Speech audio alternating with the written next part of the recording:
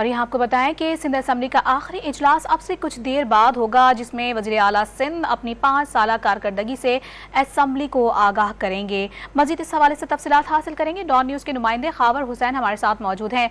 खावर, बताएगा क्या तफसीलात हैं इस हवाले से और क्या इम्कान जाहिर किया जा रहा है, नए निगरां वज़ीर आला कौन हो सकते हैं? जी, सिंध असम्बली का आज आखिरी सेशन है। अगस्त 2018 से शुरू होने वाला ये सेशन अब 5 साल अपनी मुद्दत पूरी कर चुका है। आज यहाँ मेरे कब में आप देख सकते हैं कि ये कुर्सियां लगी हैं जहाँ पर फोटो सेशन होगा। तमाम अरकान असम्बली का यादगार तस्वीर ली जाएगी और उसके आज वजीर आला सिंध मुराद अली शाह भी सेशन से खिताब करेंगे और अपनी 5 साल कारकर्दगी के हवाले से सिंध असम्बली को आगाह करेंगे।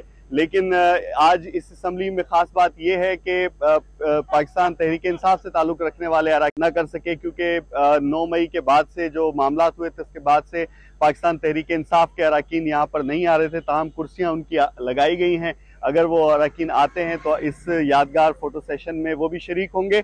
इस वक्त सिंध काबीना का आखिरी इजलास चल रहा है। कानून साजी के हवाले से कुछ मंजूरियां ली जाएंगी काबीना से और उसके बाद फिर आज सिंध असम्बली में पेश की जाएंगे आखिरी बिल और में पास करवाया जाएगा। इसके बाद फिर ये असम्बली तहलील कर दी जाएगी और फिर केयर टेकर के हवाले से मुशावरत शुरू होगी अपोजिशन और वजीर आला सिंध में, और फिर उसके बाद इंतखाबात का सिलसिला और फिर उसके बाद दोबारा से ये सिंध असम्बली में इजलासों का सिलसिला शुरू होगा।